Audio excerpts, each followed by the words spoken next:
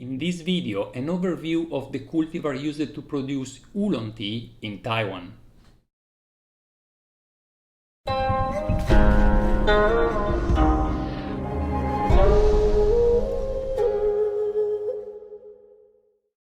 Hi guys, this is Gabriele from nannuoshan, where we share the pleasure of drinking and discovering genuine farm tea. If you're also looking to expand your tea knowledge and brewing skills, make sure to click on the subscribe button and don't forget to give us a thumbs up if you enjoy watching this video. Today we're speaking about oolong, and it has been a while since we've spoken about oolong last time, and particularly so we will do for Taiwan oolong.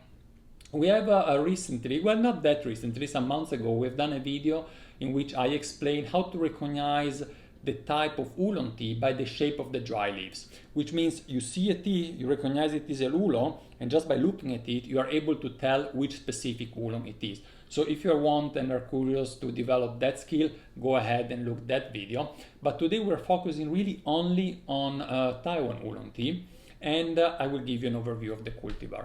First of all, let's recall what is oolong tea very briefly. Oolong tea is a type of processing of the tea leaves that is made after the harvest with the fresh leaves. First, the leaves are withered for a little while, then they are oxidized. After oxidation, they are heated up, then they are shaped in their final form, they are dried, and most of the time they are also roasted.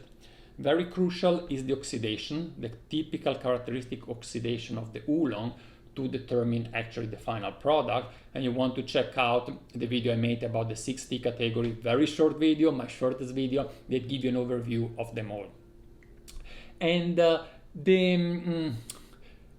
tea culture and actually tea cultivation in Taiwan came originally from China and has been very much influenced also by the Japanese in the first half of the last century. So these two cultures, one from the east of Taiwan, the other one from the west of Taiwan. Taiwan is exactly in between the Fujian province and Japan, has been influencing Taiwan tea production a lot. And in particular from Fujian, it has, let's say, the influences from Fujian has been coming both from Shan, the Ui mountain, and from the Anxi County. So both from the region where rock tea is produced and the region where Taiwanese is produced. That's why in Taiwan, even today, you can find both type of shape, rolled oolong like Taiwanese, and twisted, long leaves twisted like for rock tea.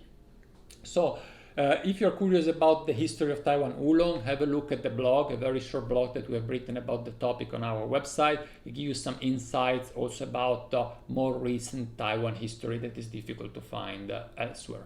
And now let's start with an overview of the Taiwanese cultivar used for oolong tea. And in particular, we will distinguish between two types of cultivar. There are cultivar that were developed in Taiwan, so they were breeded and developed in Taiwan, and other that were imported, transplanted from mainland China, from Fujian mainly. The first one and the most important cultivar is Qingxin. Qingxin means green earth. It makes up for almost 2/3 of the whole Taiwan cultivation, tea cultivation. This means that if you drink a Taiwan oolong, and you bet it is Qingxin, you have 2 chances out of 3 to guess right. So very, very widespread. And this Qingxin comes from Fujian. However, in China, it's not called Qingxin. People don't speak about Qingxin, but they speak about Ruanzhi. And Ruanzhi is actually the same cultivar. It means something different. It doesn't mean green earth. It means soft stem, I think. And this cultivar in China is no more in use. So as far as I know, you won't find today any tea made out of this cultivar. I might be wrong. I didn't make a search. That's what I've heard. So try that out and try make your search if you're curious to find a Qingxin made in mainland China. Qingxin in Taiwan is mainly used, well, it's used for a lot of tea because it's the most used cultivar, but you can find definitely a lot of high mountain oolong made with Qingxin, like classic Alishan, and Li Shan and so on, because they are because it's a cultivar that is very suited for being grown at high altitude. But you can also find it in Baozhong. Baozhong is the low oxidation cultivar, very, very green, larger leaves from the north of Taiwan. And also the very aromatic Dongfang Meiren, aka Oriental Beauty, is usually made with Qingxin plants. By the way, sometime you can find actually Dongfang Meiren made with another cultivar that is called in a similar way, but is a different one. And it is Qingxin Damao. Sometimes when it is called in a dialect form, instead of the Mao at the end, Qingxin Damao, you can find Qingxin Da Pa. Let's say just the dialect form of the same cultivar. Also, so as we mentioned, Dong Ding is also usually done with Qingxin, or even with the second cultivar that I mentioned, the Qingxin Dama. Both actually can be used for Dong Ding. The first cultivar developed in Taiwan, successfully developed in Taiwan, is Jin Xuan. Jin Xuan means golden daylily. It is also known, especially in the West, as Milky Oolong due to his buttery milky texture. And it actually was developed in the 70s by the TRES, which is the Taiwanese Tea Research and Extension Station. At that time, under the supervision of Mr. Wu Zhenduo, which was the director, and Mr. Wu gave to the tea the name of his grandmother. So Jin Xuan, Golden Lily, was not given because of the fragrance of the leaves, just because of the name of the grandmother that Mr. Wu wanted to honor. And the second actually cultivar that was developed successfully in Taiwan was developed in the same year, still under the supervision of Mr. Wu, and it is Tsuyu. Tsuyu means green jade. It is a cultivar that is not suited to cultivation in high mountain, so you won't find high mountain tea made of Tsuyu, more lowlands tea. And actually the name Tsuyu was also given by Mr. Wu, and it is the name of his mother. So mother and grandmother, Tsuyu and Jin Xuan. Another very important cultivar that is important to mention is Ji Chun, which means 4 times spring, something like that. And this was not developed. It is from Taiwan, and it is said that it is actually a natural cultivar, most probably that came from a natural cross between Qingxin plants and Tieguanyin plants. So, in fact, there is also Tieguanyin in Taiwan. Not everyone knows that in a region that is called Muja in the north of Taiwan, there is also a lot of Tieguanyin production. That of course came from China, the plant. And I have to say that to my experience, the Tieguanyin in Taiwan has a bit of a different taste than the Tieguanyin in China. For me, it's easier to recognize by taste the Tieguanyin in China than it is the one in Taiwan. I don't know if it's only about me, or maybe it's really a change that comes with the different cultivation technique, different terroir, or maybe different processing. Anyway, Taiwan Tieguanyin is definitely also worth trying. And these actually are the main cultivars. So when you take a Taiwan Oolong, like more than 90% of the tea will be either Qingxin, Jin Xuan, Tsuyu, Ji Chun, or Tieguanyin. Now there are other rare cultivar, and one of them is one that I'm drinking right now. And I would say this is really a special cultivar that you should soak after. Not so easy to find. His name is Ui. Unfortunately, yes, exactly like the Ui Shan, the Ui mountain. But there's nothing to do, or maybe, it has to do, but it's not a tea that actually produced in Uishan. It is a tea that is produced in cultivar that is cultivated in Taiwan, that just goes by that name, and it is the tea that I'm brewing right now.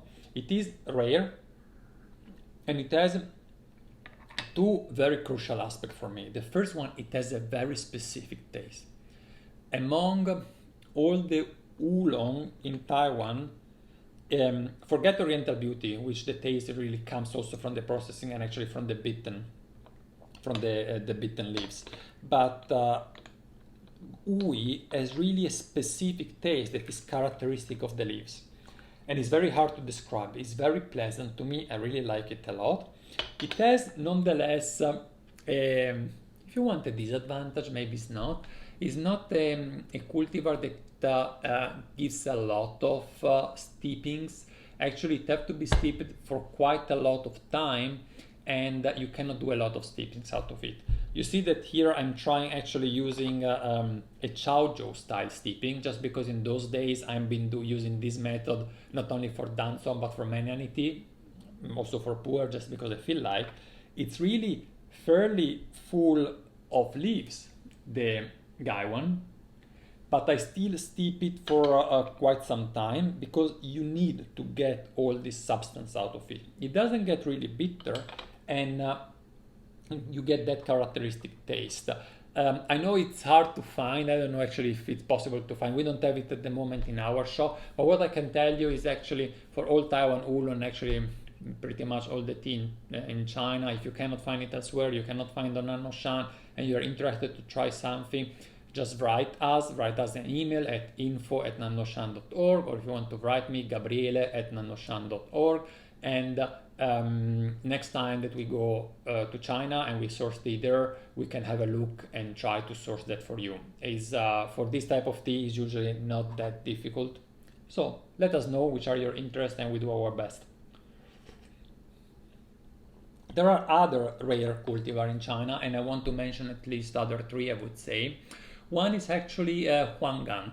Now Huanggang, don't remember the meaning of Huanggang. Huang is most probably yellow. I don't remember the word gang, what does it mean? But is a cultivar that comes from not only but mainly from the north of Taiwan. I personally don't recall having tried it, but I've read about it. Maybe I tried, I don't know, and that's why I think it's worth mentioning. Then there is also rogui. The rogui, actually the cinnamon, the cinnamon, that's the meaning, that is actually also used in China for Ui rock tea, is also used in Taiwan, and it gives, due to the different processing, a complete different taste. It's usually a very, to my experience, very high quality cultivar that is not covered by the roasting as is typical in Uishan, and it's very, very pleasant and rich. And then there is Fosho, we should also mention. Fosho is, I almost forgot it, I have it in front of me, I will show it to you soon. Fosho means Buddha's hand, of course the hand of Buddha, but also the citrus fruit that is diffused in Asia. And actually you might have seen it sometime on this Gaiwan that I keep on using from time to time, because on the lid, the button on here on the lid is actually a Fosho, a little Fosho. I hope you can see it here on the lid. You see? I really love this Gaiwan. I bought it in Jin last year. Yeah, and with that, I also gave you an overview of a rare cultivar in Taiwan if you want to sought after, which is my favorite. Well, today, just because I feel like, just because I'm drinking, I would say Ui, just because it's so specific, is rare, is difficult to find, it's very pleasant, and if you put all these components together, is, I think, a nice choice for a favorite Taiwan cultivar. I hope you have enjoyed this overview. If you have any specific requests on some videos, actually like this one that was requested by some of you, let me know in the comments below. Otherwise, don't forget to subscribe our channel, to give us a thumbs up, and I will see you in the next video. Keep on brewing, guys.